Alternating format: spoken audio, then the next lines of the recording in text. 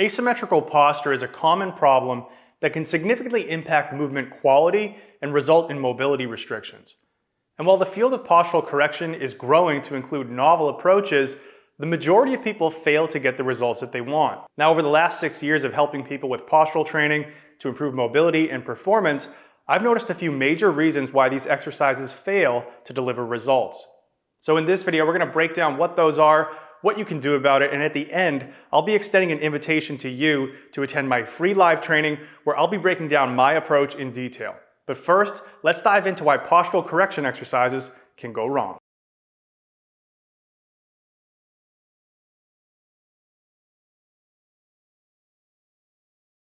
The first and most obvious reason why posture correction exercises don't work is that you don't have the right exercises. Now, a lot of older theories on how muscles become weak and tight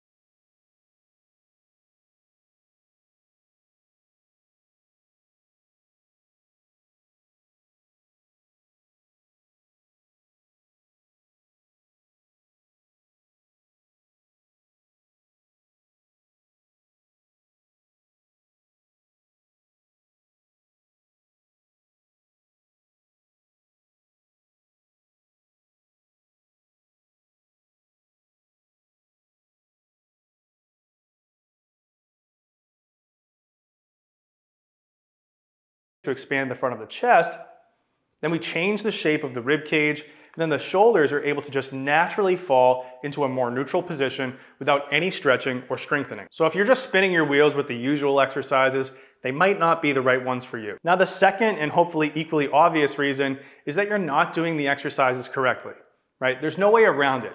If we assume you have the right exercises for your body, but you're poorly executing them, there's no way that you're going to get the intended effect. For example, let's say we have a sway back posture that looks like this and we have tight lower glutes.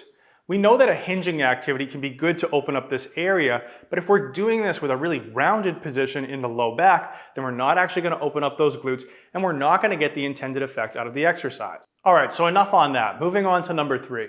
The third reason is a little less obvious, but it's that postural exercises are often not progressive.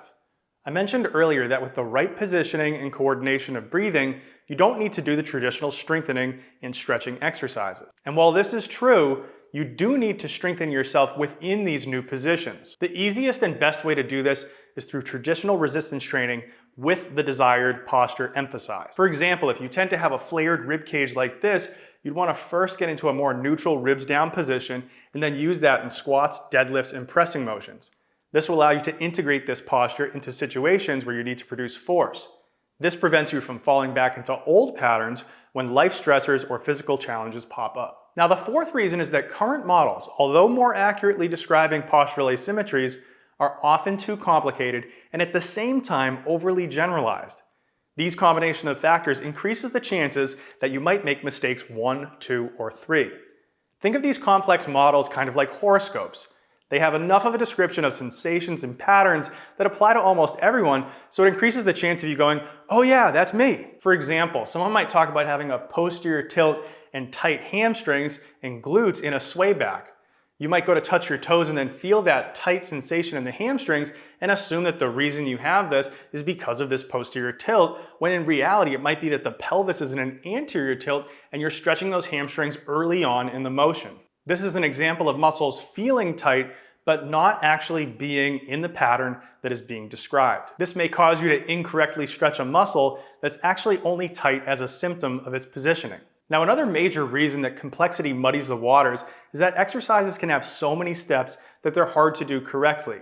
This just increases stress rather than alleviates it, and since stress is one of the leading factors contributing to poor posture, we don't want to get in our own way by wasting time with overly complex activities. Now, last but certainly not least is that posture correction professionals often give the impression that certain postures or positions are good and others are bad.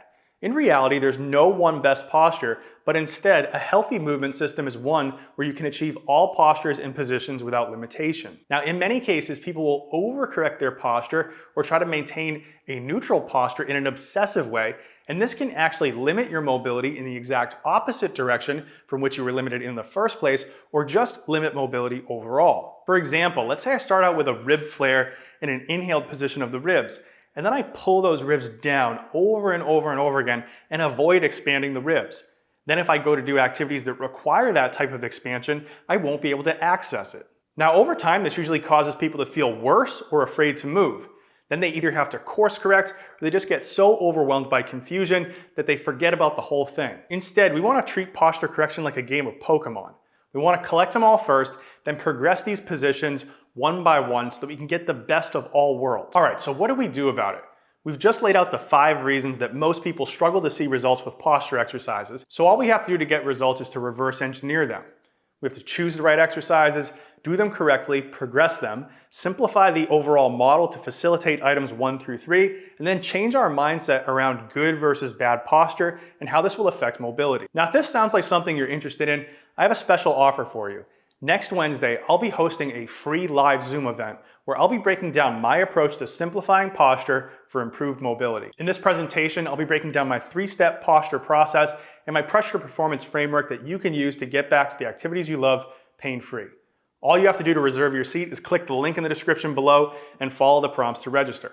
I really hope to see you there. It's going to be a lot of fun, and that's it for today's video. So until next time, peace.